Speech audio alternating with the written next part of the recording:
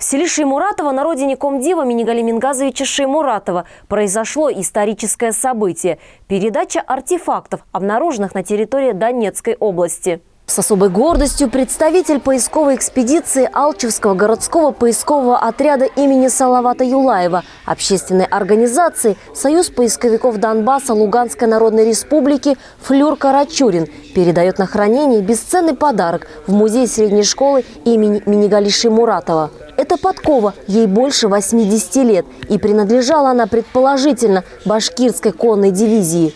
Вот это в том самом первозданном виде, буквально недалеко от Дебальцева, там, где шли ожесточенные бои. Там еще мы много будем делать раскопок. Поэтому я прошу, я, может быть, когда-то еще больше привезу, но пусть это будет началом вашей экспозиции, хорошо?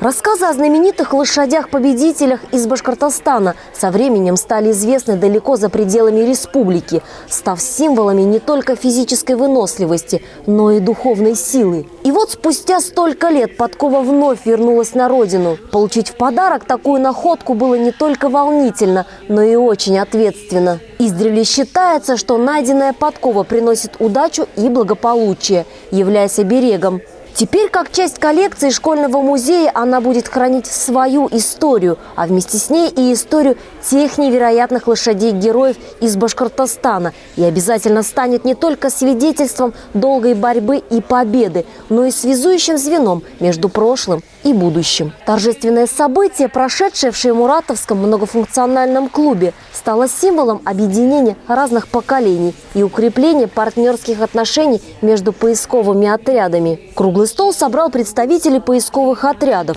учащихся шеймуратовских классов, участников военно-патриотических клубов и кадетских класс из Кармаскалинского района. Встреча стала знаком гордости и уважения к тем, кто сражался за нашу свободу и независимость. Событие, прошедшее на родине легендарного комдива, не только сблизило разные поколения, но также подчеркнуло важность передачи исторической памяти и ценности героических поступков наших предков следующим поколениям.